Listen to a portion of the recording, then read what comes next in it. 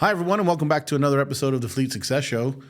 Today, I talk with Adam Walker, and this one is one you're not going to miss. Adam is with the U.S. Air Force's Vehicle Management Program, and man, the cool insights about what's similar to other government fleets, what's not, you're going to love this. Let's get right into it. This is a Fleet Success Show, dedicated to helping you and your fleet succeed using the experience of fleet professionals and Hall of Fame fleet legends. The show that explores how the pillars of stakeholder satisfaction, intentional culture, resource efficiency, and risk management all combine to lead your fleet to success. We're glad you're here. Now, let's get into the show. Hi, everyone. Welcome back to another episode of the Fleet Success Show. I'm Marc Canton, your host, the VP of Fleet Strategy, and I'm joined today by a very special guest I'm super excited to talk to, Adam Walker. Adam, how are you? Hi. Great, Mark. How are you? I'm great. Now, you're with the Air Force? Yes. Please tell us your title and about, your operation. What is your official rank? That whole 9 yards. Okay. So, Chief Master Sergeant Adam Walker, United States Air Force, active duty member, part of the vehicle management community. Currently, I'm a Major Command Functional Manager, which really means that I do HR development and training for the vehicle management community. Here representing our terrific 3,500 Air Force employees, active duty or civilian, that are charged with maintaining about 100,000 vehicles and authorizations vehicles. Across about 175 locations. Wow. I love that. 100,000 assets on 175 locations. And from a fleet function perspective, what are the goods and services that you and your team as an overall group, what do you provide to the Air Force? So goal of the Air Force, fly, fight, and win. We make sure our team, right, whether it's aircraft, space assets, special operators, any of the other special missions, have the vehicles that they need. We're going to make sure that we're buying them appropriately, speccing them, and making sure they stay in service so that they can do everything they need to do to accomplish the mission. All right, so drop some numbers on us. I'm blown away by some of the numbers you've given us before, so go ahead. We are all over the world. We are in combatant commands and major commands that span our country and go into all of our partners. And so the ability to move vehicles, parts, and people in to support all of our functions is a huge lift. Sure. And one that's, I would say, really well supported by the DOW. It's built really well to support internally. We still rely on external partners for a lot of things. Sure. To include some vehicle servicing, to include all the procurement side, right? We do buy from industry. Most of our stuff comes from industry and is of commercial spec. Right. And you're sourcing all of that and ordering all of that, your team or your larger team? The organization is doing that, right? So the larger Air Force does that. Right. We work with the end users to develop specifications. Awesome. A lot of it. We've really fall into right-sizing the need. Right. And so we have a lot of specifications. We call them management codes. And we use those to develop the requirement. Users buy their own vehicles, so we actually go in to the Air Force funding cycle and the larger defense funding cycle to build out the buy requirement. We work with an organization called the Lifecycle Management Center to source that buy. They work with industry partners through the Defense Logistics Agency and the General Services Administration to buy the vehicles. Sure. So the Air Force itself in most cases, isn't saying, please bring me this vehicle. We use our very, very capable and experienced partners to help buy vehicles. Right. But the key thing that you said, which is an industry best practice, is you work very closely with your end users to develop the specifications for that. And that's a step that can skip. And you guys are hyper-focused on, I'll call it right typing. I think you would agree, making sure that that asset is, the precise fit. And I think that's something that, from talking to my intuition is you excel at in a way that most fleets probably could benefit from learning from that. I know that fleets that go through that exercise tend to be very, very happy they do because of those efficiency gains, and you don't have room for not having those efficiency gains, so to speak. That's a little backwards. So is that fair? Are you guys like super hyper focused? Right job, right asset type has to be that there's not much room for error there. Is that what I'm hearing you say? That's pretty close. So the 441st Vehicle Support Chain Operations Squadron, we call them VSCOS, is our primary owner of the processes around the actual vehicles themselves. I rely more on an HR role, development role. Okay. But they are the ones that go out and do our vehicle validations, our right sizing, working with both the bases as the shop, right? Okay. In most cases, like we would work in a larger civilian fleet, but that shop, that base, it works with the end users to identify vehicles that aren't used enough, or if they're the wrong scope of that vehicle type. We try to do it every 3 to 5 years. Okay, that was my next question. Yep. And we'll send people out, usually. Sometimes they do them full remote, whatever makes the most sense for that base in that situation. The team there will go out and do their reviews and submit their findings to that base to say, this is what we think the right size is. Please tell us why, right? So we give the end users a lot of chances to provide input to justify their needs. And then we rely on the command structures to help us negotiate some of that with military command rules. But in the end, we're pretty good at right sizing and right typing the vehicle fleet, so that we are as efficient as we can be. As you can be, right? So I'm gonna kind of go back a step here now. Let me take it back. I want to hear your story, right? Okay. Most of us have some story of how I use the expression "fell into fleet." Some folks are much more direct about it, but I want to, how did you get here? How did you get into fleet? How did you get into the role that you're in? Tell us a little bit about, kind of your story. Okay. So the bug hit in high school, helping my brother out with his car. Okay. I learned I liked mechanicking, decided that was going to be my future, and we considered, the technical training path on the civilian side. I was met by an Air Force recruiter in my junior year of high school. With my area that I lived in, there wasn't a lot of people trying to be mechanics, so he was the one that came out.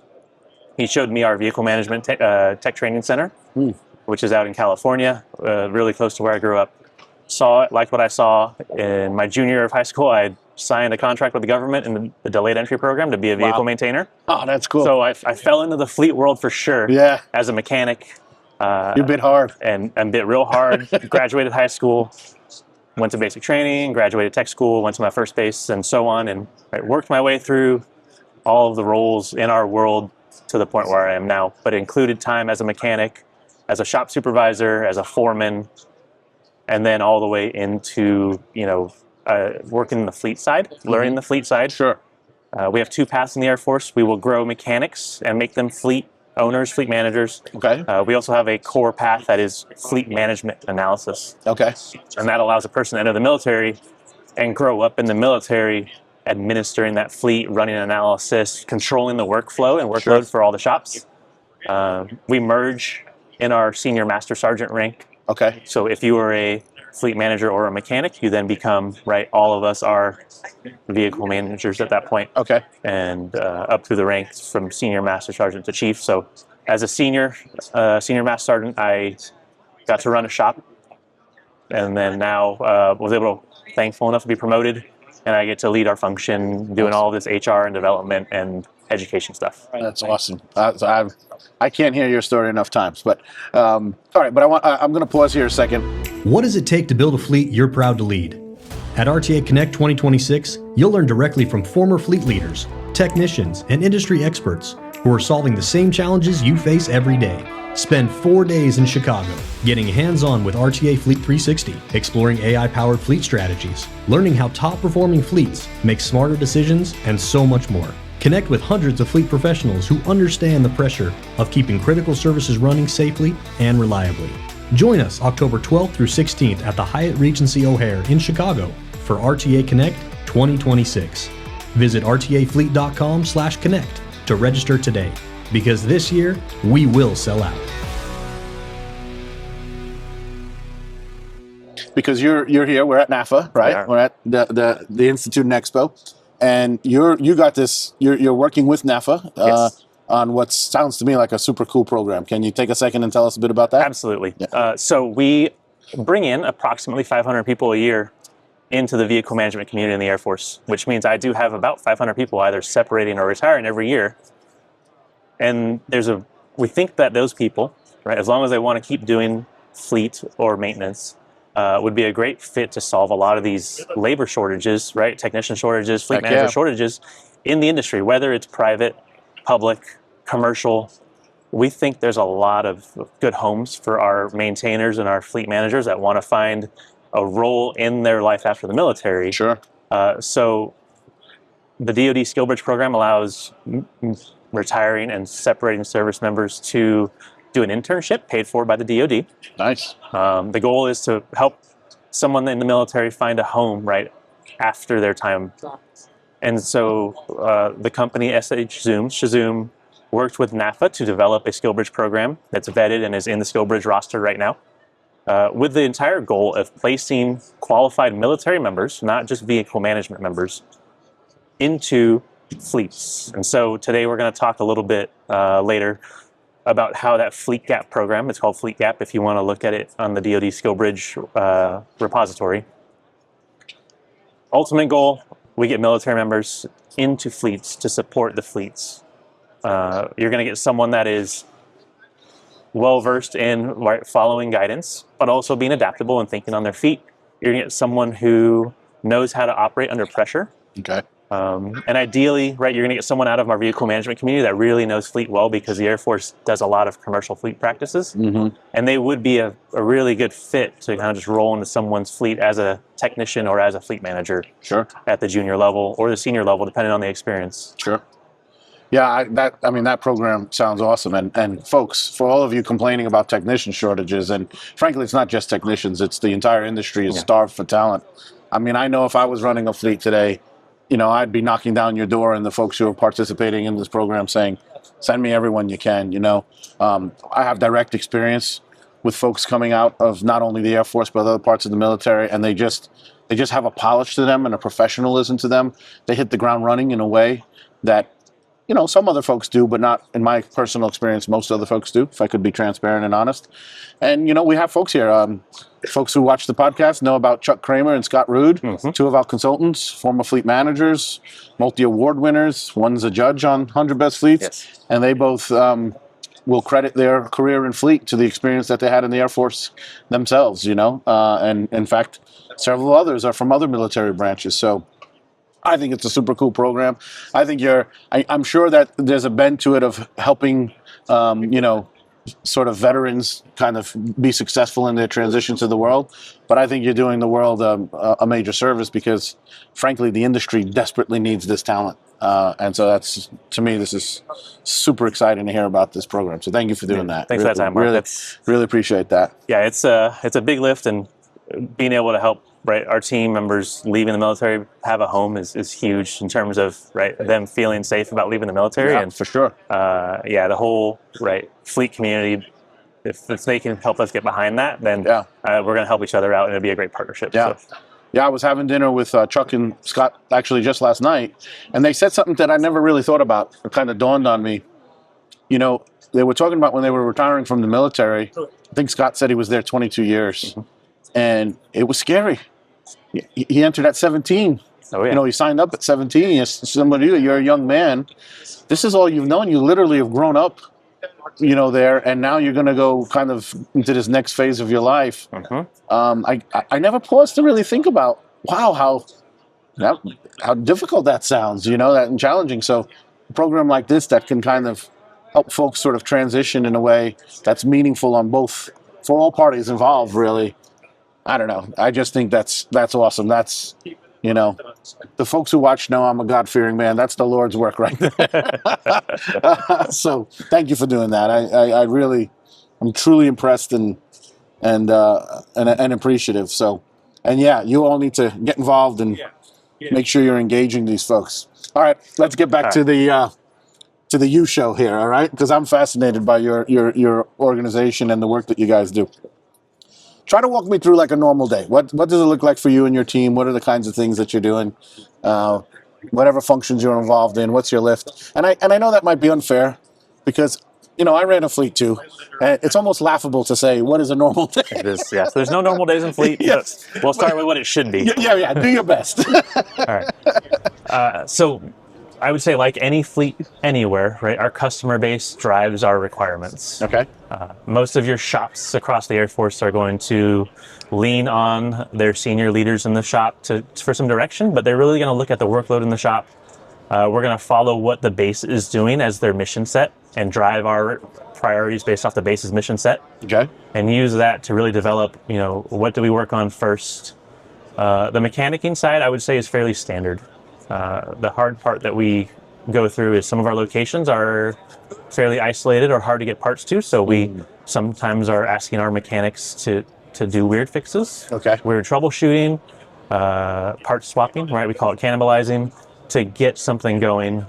Our fleet managers are integrating, working with all the customers, scheduling, right, working all the behind the scenes work in our fleet management information system to try to get us right. The things that we always talk about, the things that I hear you guys talk about, right?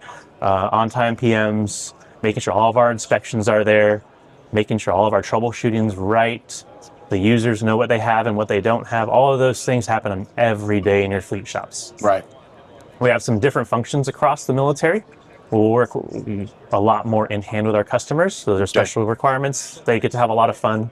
And then you have some people that are like me in a headquarters job where we work a cubicle, but our customers are, in this case, the entire Air Force. And we're going to go out and help everyone in the Air Force. Some people are up in the Pentagon making policy and helping us drive that 5 to 10 year vision, right?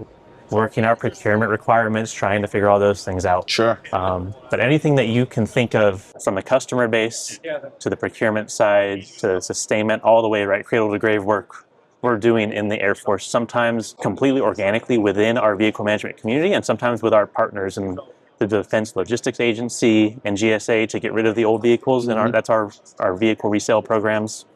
To sometimes, right, we're blowing them up in places we can't get the vehicles back. It all depends on where we are. Yeah. And since we're all over the place, everyone's day to day is a little crazy. Can you repeat how many locations do you guys? Approximately 175. 170, 100,000 assets, 175 locations. Just like impressive. Yes. Mind-bogglingly impressive, you know? All right. So what are the key metrics? What are the things you guys are focused on, or your teams plural are focused on? You know, how are you measuring your own performance? Yeah, we have a couple key metrics. Our mission capable rate is what you guys call your fleet availability rate. Okay. Very similar, right? Is it available to the customer? We start the clock when the vehicle either hits the shop or is called in as needing out on the road repair or mobile repairs. And that clock stops when it's available for pickup with the customer. That's our common metric, this mission capability rate. Sure. And then we break that down into, is it down for maintenance or is it down for parts? Okay. Sometimes we can say it's down for maintenance, but we're waiting for some upfit work that we're doing, sometimes internally, sometimes externally. Okay. It just depends on what that vehicle needs.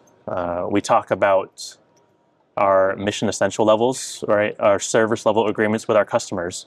So I might say one organization gets 10 trucks as their authorization, and that's what they get to work on. But I might only agree to keep them at 6 at a minimum, right? Because I have to focus my priorities all over the place. So that's our service level agreement is, yes, I know you have 10, but I'm going to try to not let you drop below 6, because the 6 is the bare minimum you need to do your jobs. Okay. And 6 lets you be efficient and effective. Okay. We also do a fleet health rate that's calculated based off of its its calculated service life. Okay. And so we use a very similar chart to what people do with a depreciation scale, sustainment costs for parts and labor. Right. And we try to plot where the optimal time is to replace that vehicle, both based on funds availability and on, just how bad is that vehicle. Right. So those are our key metrics we kind of look at. And there's a ton of other things we look at, but it's a lot more specific stuff to our core business in the military. So do you experience, a lot of you're here at NAFA, you hear the challenges. Oftentimes it's around, I can't get funding for replacement and stuff like that. Is that fair? Are you guys experiencing similar kinds of challenges? We are 100% experiencing the same challenges. A key point, the Air Force's mission is in the air. And so anything that runs on the ground is more of a support function. And not to say that we're neglected, we're not neglected, but there are always a lot of competing priorities for money that's needed to buy things. And in the federal government, we appropriate money, right? Congress appropriates our money. Sure. And we have to get it appropriated in the right way for us to buy the vehicles. Okay. And we only get so much appropriated procurement money. And sometimes the needs across the procurement, pot are so vast and so deep that the vehicle community sometimes doesn't get all the love we need to keep our fleet healthy. Right. So on the procurement side, money side, our challenge is, we're generally keeping our vehicles way too long compared to industry for sure. Right. To the point where we experience issues getting parts from OEMs. No. We just can't. Right.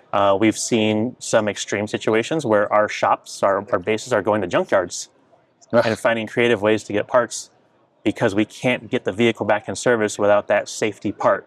Right. And the only source is an inspected part out of a junkyard. And that's a really rare case, but it does happen. The other choice that we have is to throw the vehicle away. And so we're making those calls.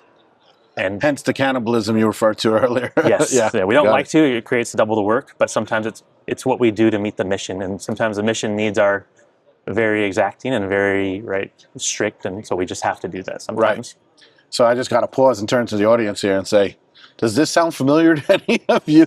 You face really very real challenges that the industry as a whole is facing. And we understand it, right? Like we get, you got to keep the planes in the air. Intuitively, you sort of understand that.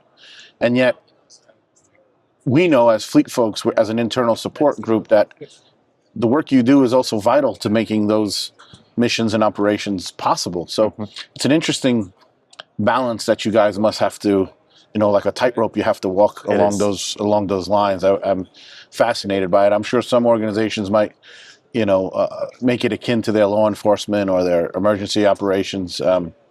But you guys are really doing this at such a massive scale that it's nothing short of impressive, quite frankly. So is that, I don't want to put words in your mouth, but is that one of the biggest challenges you're facing? What are some other challenges that you guys, kind of find yourself in? The procurement realm is one of our biggest challenges. So the other one is what we call sustainment, right? The parts, the money, the time needed to keep the vehicles rolling that we do have in the fleet. As the vehicles age, parts get harder to find. The vehicles themselves are starting to wear out, so they require more in-depth repairs. And so we're finding ourselves expending a lot more labor hours and a lot more money on parts than we could and we should if we had a better replacement cycle for our vehicles. Sure. And that kind of snowballs into how our community supports the entirety of the Air Force, not just with turning wrenches and managing a fleet, but with supporting all the other needs. The labor pool gets really diluted sometimes when we're managing a lot of things at once, but we still have to turn those vehicles out to keep the mission going. Sure. And it's not that some of our users can't do their work, it just makes their work really inefficient or very dangerous sometimes if they don't have the vehicles and equipment that they need to do that job. Sure. I mean, and that's, on the one hand, I would imagine being military folks, what I'm about to say is somewhat embedded, let's say. On the other hand, that's got to create a lot of pressure points for you guys because you got to get these things out. And sometimes, you're pulling rabbits out of hats.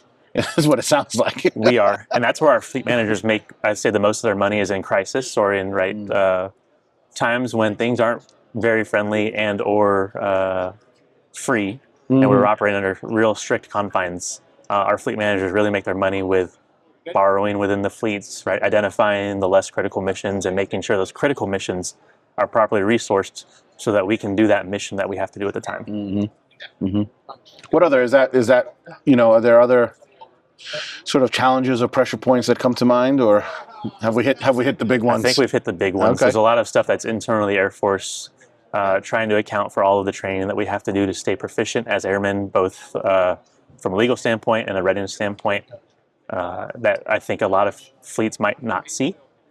So our time is eaten up, and so anytime I think about how a civilian fleet or even a private fleet works, we're still accounting for times that our military, core gas mask work, firing our weapons, going out and doing pre-deployment training. I didn't think of that. That's amazing. Yeah. I mean, you need to be ready. We'll take breaks from working on the vehicles to do a readiness exercise. Wow. And instead of working on vehicles, I've got half my team out in full chem gear, learning how to make the area safe.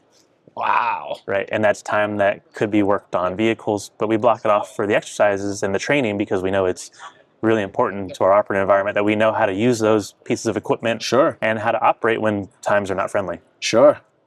Wow. Fascinating. I just can't, my mind just keeps going to imagine if I had to manage that.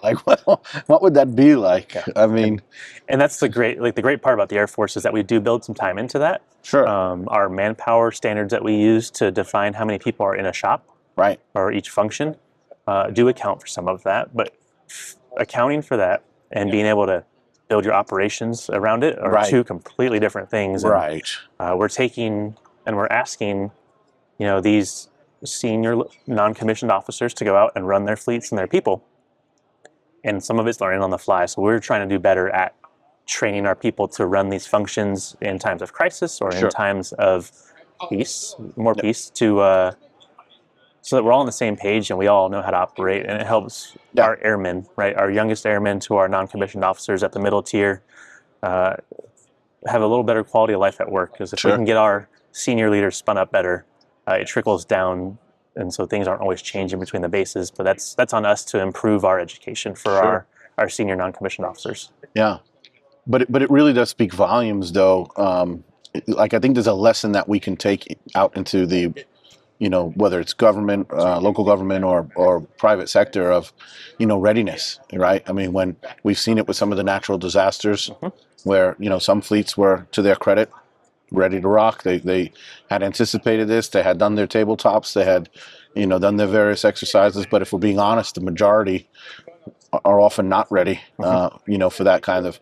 And the thing is, even though you're resource strapped and you have so many critical and important things, how do I prioritize? You still pause to make time to make sure that you're doing those exercises, because you're recognizing how important they are.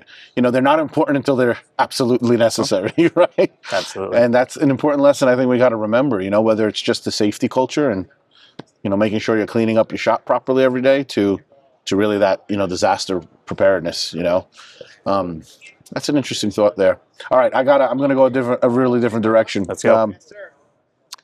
What is something? So one of the things that, if you listen to the show or hear me speak, I really enjoy. I think fleet leaders are like the modern day Renaissance person. That's my opinion, because I think that you have to be good at a lot of different things.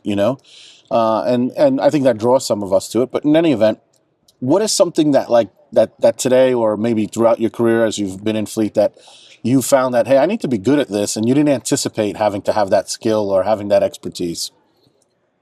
Definitely starting off as a mechanic, the fleet world was very foreign, right? I knew they processed the work orders. I know they told us what to work on sometimes. Didn't really imagine it, right? When I entered that shop as a 19-year-old, fresh out of basic training, fresh out of technical training, that my world would someday involve working with the customers directly, or talking to commanders about their vehicle fleets and readiness, talking to wing commanders and base commanders about why we could or couldn't meet some of the metrics because of the fleet. So being able to speak at the high level was very foreign as a young airman coming in. So you learned some communication skills quickly. Oh, we learned communication real fast. And we do a great job, I would say, in the military as a whole. We've been benchmarked, right, as the DOW, with how we train our people, especially our lower enlisted, to becoming non-commissioned officers. And we put a lot of deliberate effort into developing those leadership roles and communication skills, but the training and application is always a little different. Right. And so learning how to talk to those people, learning how to work within the small groups and then bigger groups and then bigger groups to get results, it took getting comfortable with that and some experience, and a little bit what we talked about, offline, but finding good places for people to learn, right? How to do those things in high pressure situations and trying to make all that work. And so a lot of it was crisis management on the fly. But some of it was also, right, having nice, calm conversations with customers or with our people to figure out what are we doing and why are we doing it, and is that what we need? Or so a lot of soft skills too. Right. Did you have a moment where it was like, hey, I thought this career would be X, let's say, but it actually is a lot more about Y? Is that something that you've experienced at all? I would say a little bit. Definitely the mechanic to fleet side.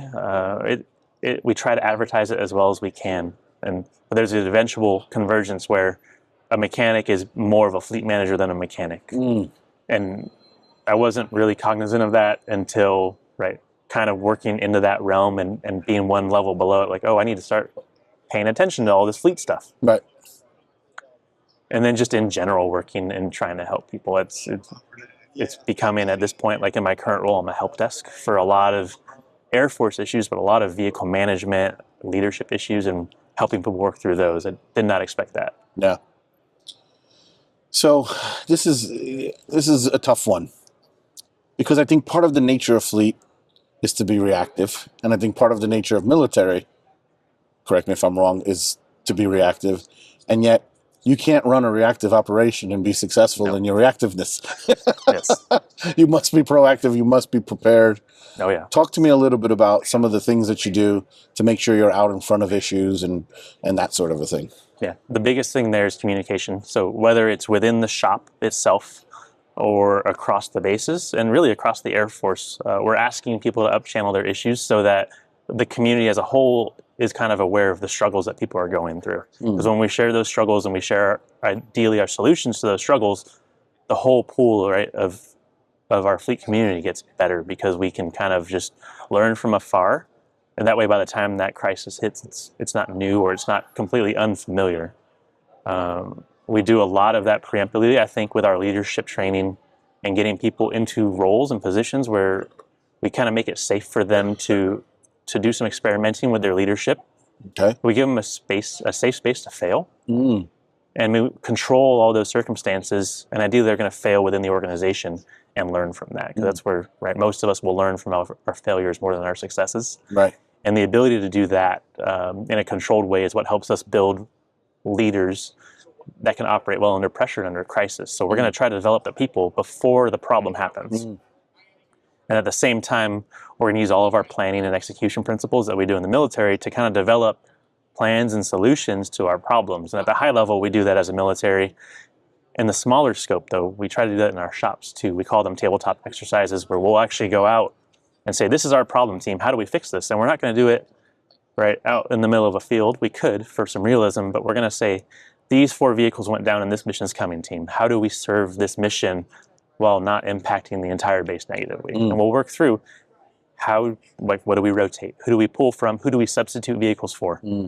And going through those scenarios and letting the team feel that pressure ahead of time is the best way to prepare for those crisis moments. So it sounds like you give a lot of, let's say, psychological safety. It's a huge one. Is that fair? And, Huge. But you also very clearly think through no single points of failure here. Absolutely. There's always another sort of option, let's say, on how we might tackle that particular problem. So those are really interesting sort of principles that I think we can apply. Definitely our listeners can apply. So that's really interesting. Where does data play into this? Where does, tell me a little bit about your uses of data, and, to create visibility, to anticipate challenges, et cetera, et cetera. Absolutely. So data is huge for us.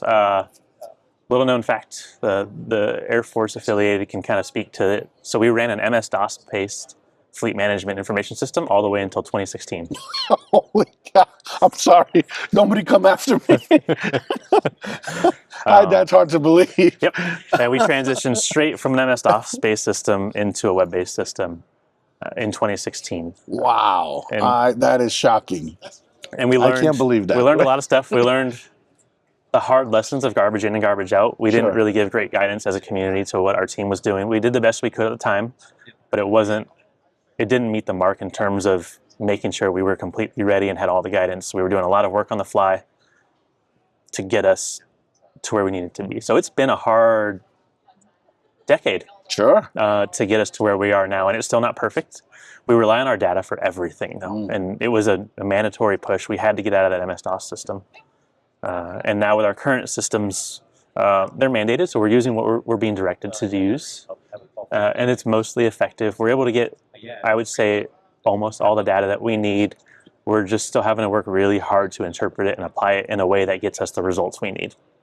We're definitely, like most fleet managers and shop supervisors are encountering, we're still working through how to get the right data in so that we are not introducing garbage data to the system. Sure.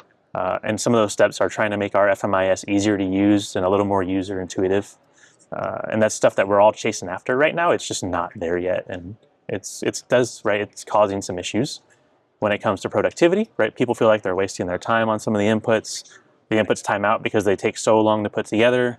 But those are things we're working through.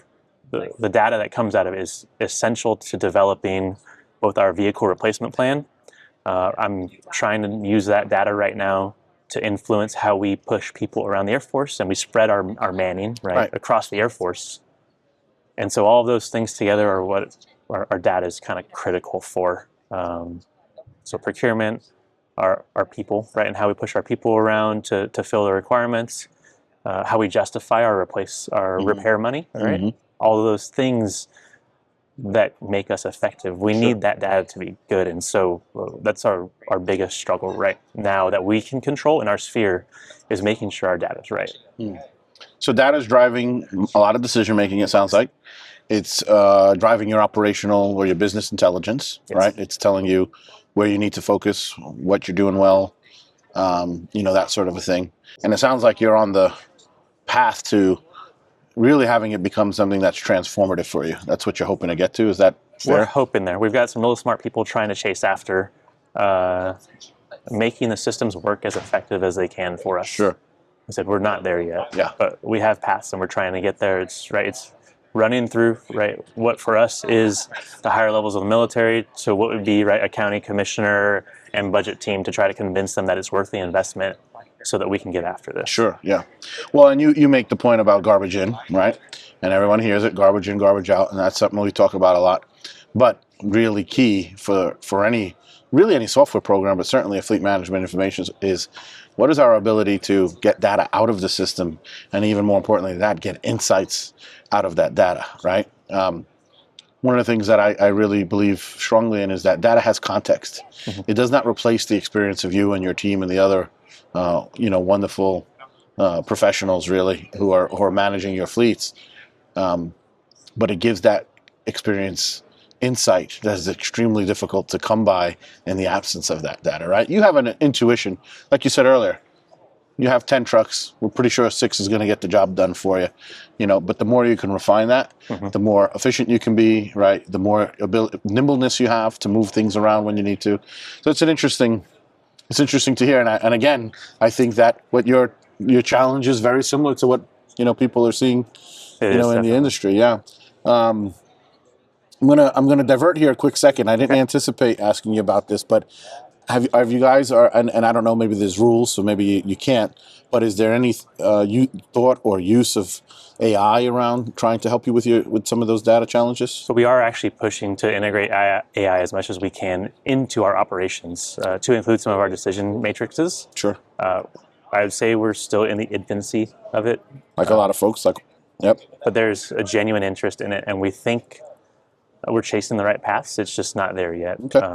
But we are actively seeking ways to introduce AI to our vehicle management community as a whole, but really into our fleet operations. Right. And I think we're going to end up chasing, using AI to help our technicians with some of their work. If we can get the right tech data uploaded to reference instead of a general internet reference, that's one of our worries, is that we get some wrong references and that leads to some unintended outcomes. Yes. So we think that using a protected library reference table for AI to pull information out of is one of the ways that we can safeguard our operations. Right. And then using AI as a whole with our fleet ops to manage the data sets and help us comb the data. We generate a massive amount of data with 100,000 vehicles. I can't imagine. If we had an in-commission rate, right, a mission-capable rate of 80%, that means that I have near 20,000 vehicles out of commission generating an out-of-commission data point every single day. Right, exactly. Across the world. And so using AI is going to be kind of key to help comb through all that and help us identify, predictive maintenance with parts that should get replaced earlier. So we're actually working with some partners to try to narrow that data down. Yeah, you hit the nail on the head. To your point about, bad data and garbage in, garbage out.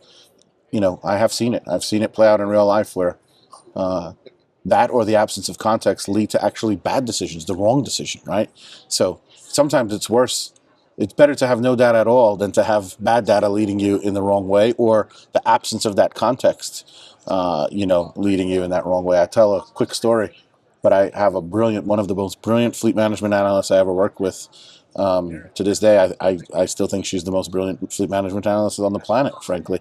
And I remember when she was a brand new employee and didn't have the context, she had been given a data set from a customer, and she was working on her first life cycle analysis. Okay.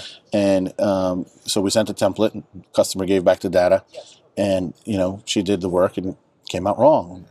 Do it again. Came out wrong. Do it again. This went on for an extended period. And I kept reviewing it with her and looking for her error, couldn't find it. Finally, I said, "Hey, send me the raw data." And And so she sent me the raw data, and I said, aha, I think I have found something. I said, I think you have the data reversed. And she said, no. I told the customer this was year 1, this was year 2. This is, well, sure enough, the customer interpreted her year 1 as being the most recent year. So she had most recent year going this way, right?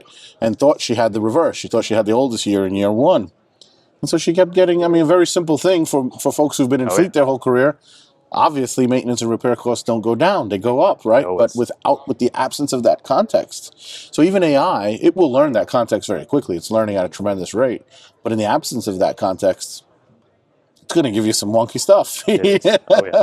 So your point about putting the guardrails and training it, and it's super key. It's super key. It's a force multiplier, but you have to, like anything else, you have to train it. You have to give it love, and you need to train the people that are making the inputs, yes, right, asking the questions. Because if you actually ask it the question the wrong way, it's going to give you the answer that it wants to give you. Correct. Based on your own question. Great point. So that's one thing that we're definitely looking at is in our training and our professional development is teaching our team members how to ask the question the right way in AI. And so, yeah, great. Yeah. Talk to me about building a team and maintaining a team, right? We've talked a lot about sort of the leadership style and the communication, but part of what you have to do is identify who are the right people for the right seats on the bus. What have you learned about that? Are there any insights that you can maybe share that the Air Force has or you have that would be helpful for the rest of us? Yeah, so the Air Force is unique from a fleet perspective in that we don't control our hiring process and a lot of our HR functions. So I can't just hire a person off the street and put them in my shop unless it's a civilian position. In that case, it works pretty normally. From our military roles, we receive who we receive from the assignment system, and then they leave when they leave, whether it's for the next assignment, retiring, or separating. Our team members are our team members, whether we like them or not. So the hardest part, I think, for us is building fleet managers and technicians from zero in a lot of cases. I've seen... Is it sometimes begrudgingly? It is begrudgingly, for sure. Oh, wow. So we start everyone in technical training out of basic training. Some people come straight to us from basic training to learn, and some people are reclassified from other training. So maybe they were doing the training that they wanted to do for a career field they wanted to go to, but they weren't able to meet those requirements for whatever reason, so they end up with us. Okay. And so I would say 5 to 10% of those people that we get into our world didn't really they were doing something else. Okay. Another, I would say 60 to 70% didn't know what they wanted to do, but got placed in our vehicle management world. Wow. And maybe 20 to 25% wanted to come in knowing that they liked mechanicking and it worked out. Right. Or wanted to manage a fleet. Yes. Yeah. And so our hardest part is trying to take those people that may have never picked up a tool, right? Some of our enlistees from New York that don't have driver's licenses are going to be asked to go work on vehicles. That's right. And it makes it honestly really tough to try to integrate those people into the fleet. Sure. And I think we do a pretty good job. Right? We have to build them into the team. And so between what we do in our shops and the Air Force level training, Airman Leadership School, Non-Commissioned Officers Academy, our Senior Non-Commissioned Officers Academy, all of those levels of professional military education help develop the airmen. Right. And then in the shop, we're going to help them be the best vehicle manager, fleet manager, maintainer that we can. That's awesome. But the caveat is, right, on our active duty side, we don't get to choose who's where. We just receive the person. That's fascinating. And we implement them in the team, and we use them and train them and treat them as well as we can. Huh. And you have a fairly high success rate from what I can tell. I think we do. Yep. It feels like we do. There are definitely people that don't enjoy the career field. Sure. Right, because they didn't want to be there. Sure. The life circumstances aren't lining up. Right. Maybe they got hurt in the process and we haven't found a way to get them, right, a medical retirement or a medical separation or into a different job that's not going to hurt them anymore. Right. Mission-wise, though, I think we do a pretty good job with what we're working with. Yeah, that's so cool. Can you imagine that? Just, you want to go grab somebody and say, hey, what did you want to be when you grow up? I don't know. I wanted to write books. Okay, come wrench on this truck here. And there you go. Because no one goes to school for fleet management, chances are you were never formally trained on how to successfully lead a fleet. That's where the Fleet Success Playbook comes in. The Fleet Success Playbook is your guide to building a safe, reliable, and efficient fleet that provides exceptional service. Learn all about the 4 pillars of fleet success: stakeholder satisfaction, intentional culture, resource efficiency, and risk management. Get nearly 100 years of combined advice on common challenges, practical solutions, actionable tips, and real examples from fleet industry experts who have been there and done that. Visit www.fleetsuccessplaybook.com to request your free copy today. That's interesting. It could be interesting. It's interesting to me. We talked a little bit about pressure points and high pressure. Obviously, you're leading people sometimes in some really high pressure situations. Yes. Talk to me about that. What have you learned about navigating those high pressure, leading people in those high pressure situations? The pressure builds people really well. And it goes back to that psychological safety topic where if we can build them in the safer environment of in the organization, in the shop, we get a lot better results when people get into stressful situations. I think we have a pretty good success rate for just throwing someone into something weird, and the baseline Air Force training and professional military education has done enough. But we do have to worry about getting those people in the right mindset, especially when we know it's coming, that they might have to work through some conflict, and ideally give them all the right assurances that the system has done everything that it can to prepare them and their team for what's coming. And sometimes we just have to take the punches as they come. Interesting.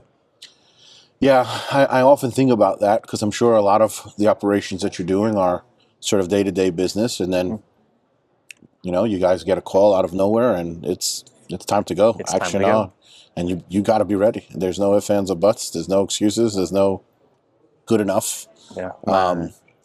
And yet there seems to be a sense of you thrive in that. Like you almost, I don't want to put words in your mouth, but my impression from talking to some of the other Air Force folks that I've mentioned, you almost want that. You almost anticipate it. Not that you want something bad to happen in the world, but just that you've been training for this and you've been preparing for this. So when it happens, you almost feel a sense of, I don't know. What's the right word to say? I finally get to do what I've been preparing to do. So not everyone feels this way, right? Because a lot of people are serving their enlistment, right, for other reasons than they like adventure. Right. A lot of people do it for the benefits. A lot of people do it for getting away from a home environment that wasn't where they wanted to be. A lot of people embrace the fun that we can do, and there's a lot of mundane stuff, right? The day-to-day drag of churning out the schedules, churning out the unscheduled repairs, it sometimes weighs on people. But it's when what we call the flag going up, when something weird happens, is when we thrive. And especially this community thrives, and we love the weird stuff. And so I think back to newly arriving to my first base, and I think within 4 months of arriving, Hurricane Katrina hit Louisiana. And we were sending buses out, and I was still a fairly new, Air Force mechanic, competent, but new. And I was on standby.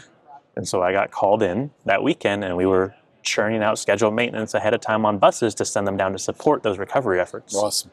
I think about times when I was stationed in Japan, and we were supporting recovery efforts for that area of the world. And those are those fun, weird times where it's like, hey, let's churn this out. It's not normal, but it's needed and it's directed, and we're going to go make it happen. Right. And it's those fun, weird things that happen, and not unlike a natural disaster. Sure. That happens. It's kind of what is entailed, where a fleet is going to do some other stuff. Right. I see a lot of civilian fleets that say, or the job posting says, is a part of an emergency action team or something like that. And sure. we chase that same fun. That's not the day-to-day. Sure. And a lot of people find some joy in that, and they might look miserable.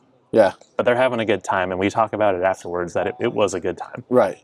Well, there's this sense of fulfillment of feeling like the work I'm doing is meaningful. It's making a difference in a very real, visible, tangible way, right? Like, I think that, honestly, if I could say, I do think that whatever that is in that personality type or whatever it may be is drawn to this industry. I really believe that. I think we like solving problems, and we like feeling like we're helping someone, get something done. And I love that about our industry. But all right. So here, obviously a lot of why I've had you on, like I've said to you, is I just think it's fascinating. Well, obviously there's some differences. You're doing things at just tremendous scales. And yet at the same time, I think at a high level, the core challenges you have are very fundamentally similar. So with that light, what are some what are some things that you think, probably most of our listeners are not military fleet fleet professionals. What are some things that maybe for the average fleet manager listening out there, maybe in public sector, private, whatever, what are the lessons that they can learn from you guys? Like, what are the things maybe you do well, or maybe, something you've learned that you think that they could take and directly start implementing in their fleet? Is there anything like that kind of jumps out of your brain? So not really being able to experience firsthand how a lot of other fleets work, civilian side. I would say if you're not, succession planning, replacement planning for not the vehicles, but for the people. Interesting. The amount of effort that we put into training our replacements it's significant, because a deployment could happen, an injury could happen, and take someone out of the game. And we need that role filled immediately. And sometimes it's not the same rank or the same position that's going to fill it. I'm going to drag the junior person up and have them take that role. Interesting. And that's where training our replacements is so important. And I don't know if it doesn't happen that much in the civilian sector, because there isn't as much turnover like we get with turnover churn with our assignments. We move all the time.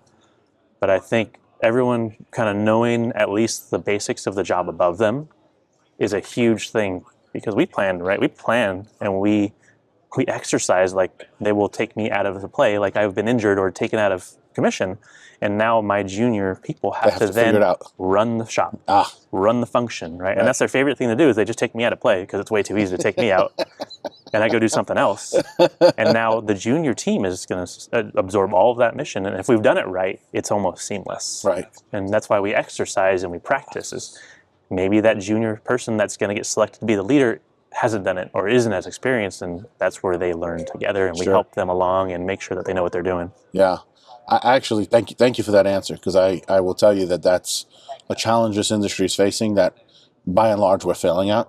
Several of my colleagues will refer to it as the perfect storm, where we're just experiencing so much brain drain with the baby boomers retiring, the lack of documented policies and rehearsed processes. And so, yeah, that's a really fascinating answer. So, and that's something that certainly the military is, known to excel at. I think in conversation with you, I mentioned I learned that the average age on a nuclear submarine is 19.5, and that they turn over the entire staff every 18 months. Yes. So pick up a book, go talk to a friend, and go learn, some of the best practices and the key ways at which you get about it. But it sounds like at its core, you practice it. You don't pretend it's not going to happen and put your head in the sand about it. You actually prepare for that day when that succession is needed. And that's like first and foremost. And we're not doing that as an industry, quite frankly. We need to, we definitely have something we can learn from you there. Yeah. All right. How does someone get involved, right? Like oftentimes on the show, we talk about advice for young professionals, young fleet professionals. If they're interested in moving up, they're interested in getting fleet. Give me your perspective on that, whether it's just fleet in general, certainly in the armed forces. How does, if someone wants to work in the Air Force, for example, in their fleet, tell the audience, because someone out there is listening to this and going, this guy's cool. I want to do what he does. This job sounds awesome. How do they get involved? All right, 3 ways to get involved with the Air Force. So you can enlist and ask your recruiter to place you in the vehicle management 2T3 career field. And we'll find a home for you, whether you want to be a fleet manager, right, admin side, or a mechanic. I would say that we offer really, for the most part, really good working environments. We build strong teams, cohesive teams, and we find ways to have that fun, but also get the work done. If active duty is not quite someone's speed, right, they want to stay closer to home, but they still want military time, the Air National Guard and Air Force Reserves are a great way to stay in one location, but still be a part of the mission. They'll still go and get training, the same basic training and technical training. They'll get advanced training as needed. They will do their annual tours and get spun up with kind of the current practices once a year, with about 2 weeks of good time with an active duty unit mostly.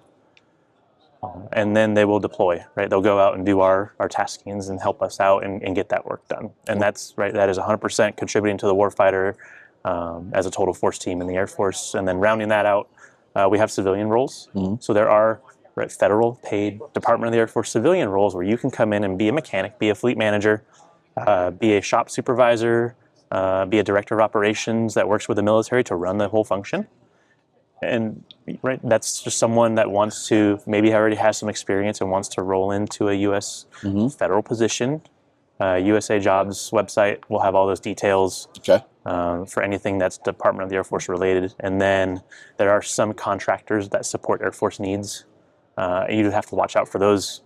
A little different environment, but you're still supporting the Air Force and DOW in that one. Okay. But those are the main ways you would get involved with Air Force Fleet. There you go. Can you, for those civilians out there, can you say that website again for me? USA Jobs. USA Jobs. And that's where all of our federal positions are. .gov, right? I think so. I think. Google I don't look at it much. I stick to the active duty side Yeah, a fair enough. little more. Fair enough. Fair enough. All right. I got some fun ones for Let's you. go for the fun ones. All right. What's a decision that you've made that had like a really big impact on your operation, if you can share? I know you might not be able to share everything. So I can generalize it. Convincing our headquarters that people going to locations that couldn't take their personally owned vehicle needed a way to get to meetings, right? Command staff, commanders, and their senior enlisted leaders, their first sergeants, and their deputies had to find a way to get to their meetings. But our structure, our corporate structure, and our business rules that built the requirements for our authorizations that then allowed a vehicle to go there didn't allow for that at that level. It took a lot of back and forth with our team to finally come to the agreement that those people in command roles needed support from us. The way that we were doing it, it wasn't working. They were hiding vehicle authorizations in their squadrons and in their units, and then taking them out of play. Wow. So they could get to all their meetings and do all their things. Sure. And so we put our foot down and said that has to change, and we were able to make that work. So that was a huge win for us in terms of supporting the user, Right. and keeping all of those vehicle authorizations, those requirements, transparent. Right. So we weren't hiding the vehicles somewhere in the fleet, and then they weren't actually doing what they were supposed to be doing. They were doing something else. Right. Right. So that was a huge one for us recently. Yeah, that's an all-around win. Now you have better data about what usage is and so forth and so on. Yeah. Yes. Oh, that's awesome. All right, here's the next one. We've all been there. We've all had that, let's say, that mistake Oh yeah. where it's like, oh man, or that learning moment, let's say, where, but it's changed you and you're better off for it today. Is there something you can share about that, especially again for professionals who are working their way up, or even maybe a veteran professional who just wants to commiserate, right? Hey, I'm not the only one who's made a mistake. Yeah. That sort of a thing. What's that aha moment you've had, or that's maybe impacted some of the So some of the ways you do things young today? supervisor, young non-commissioned officer. I learned a couple hard lessons about communication, about direct feedback, and kind of working with the people. I was dealing with some partners and some team members that were not in the U.S. and learning those culture differences. It was hard, and so I learned some hard lessons there. Figuring out, I would say, some of the confines of where we should be operating, depending on location and role and rank. There's always some learning points there, and that's where I credit that psychological safety step of being able to learn within the organization and learning those hard lessons in the organization made me a much better leader. Right. And so those definitely some learning moments. Yeah, that's cool. It's good for leaders to hear, though. If you're grooming leaders, right? You know, and succession plan, and you have to give them that room to fail, and you have to empower them. You have to do both, knowing they're going. You have to empower them, knowing they're going to fail. Yes, and let them experience that failure, because as we've all seen and read and heard, that's the best way to drive someone's learning is give them a hard time and give them a little bit of suffering, and they're going to learn from that. Right. And that's honestly the best way I've learned is through some of those hard lessons or watching someone learn a hard lesson. Right, exactly. Yeah, the math problem I never got wrong on the final was the one I got wrong on the midterm. All right, last one. You've been very generous with your time. I'm sorry that I'm geeking out, but I just love this. This is super, super cool. Okay, what's something that you think, like the fleet industry outside of the military, maybe gets wrong about operations in the military, or maybe a misperception, or something maybe we'd be surprised to learn? Okay. Something like that. The military is not always the best and shiniest things. Okay. We take really good care of our primary weapon systems. So in the Air Force, that's the planes and the space assets. Some of our human capital assets with our special operators. Places like the Army and the Marine Corps, they rely a lot on their ground logistics. So their ground vehicles, tactical, non-tactical, are their weapon systems in some cases. And so they're supported appropriately. The vehicle management world, again, not neglected, supported, and in some cases really well supported with certain things, is a support function. So when you look at an Air Force maintainer, vehicle manager, fleet manager, we're working with the best things that we can, and we're actually learning a lot of stuff on the fly, but figuring stuff out. Sometimes it's tough. We take some licks, some punches on it, but it's because we don't always get the newest and best. Right? The old mil-spec joke, right? Sometimes mil-spec is good, sometimes mil-spec is not great. It all depends on what we're talking about. Right. But know that if you're getting an Air Force fleet manager, they didn't come out of a federal position with unlimited funds. Right? We have been scrapping, and we have been trying to come up with ways to make it better. We've been holding fleets together sometimes, right, with not a lot of money, but sometimes pretty well. So we do know how to do things right when the resources are there.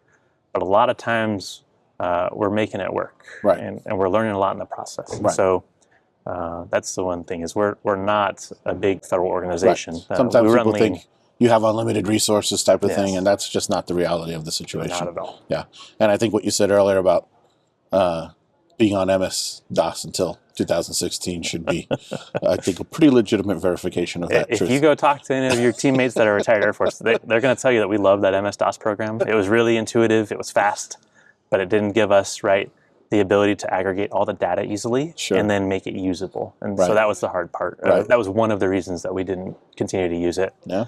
But otherwise... That's why we're in business, man. Well, this has been absolutely awesome. I loved it. I hope you'll come back again and talk with us again. But I think that'll do it for today's show. Thank you for all the insight and all the information. And to the folks out there, let us know. Leave us some feedback. Ask questions. Is there something that I didn't cover that you wish I would have asked? Maybe I can reach out and ask you. Send us an email. Give us new ideas on other topics. Please, if you want, visit our website at rtafleet.com. If you're interested in fleet consulting, just visit fleetconsulting.com. You can email us at podcast@rtafleet.com. And coming to you live from the NAFA INE 2026. I'm not supposed to say years when I do this. I know, cut that out. But this has been an absolute pleasure. Thank you so much for spending some time with me. I really appreciate it. Thanks, Mark. I appreciate it. All right. Have a great day. Thanks. You too. We hope you enjoyed the show. If you'd like to help support the podcast, please share it with others. Post about it on LinkedIn or leave a review. Want to learn more about our fleet management software, Fleet 360? Check us out at rtafleet.com. If you want to learn more about having your fleet evaluated by our consulting team, go to fleetconsulting.com.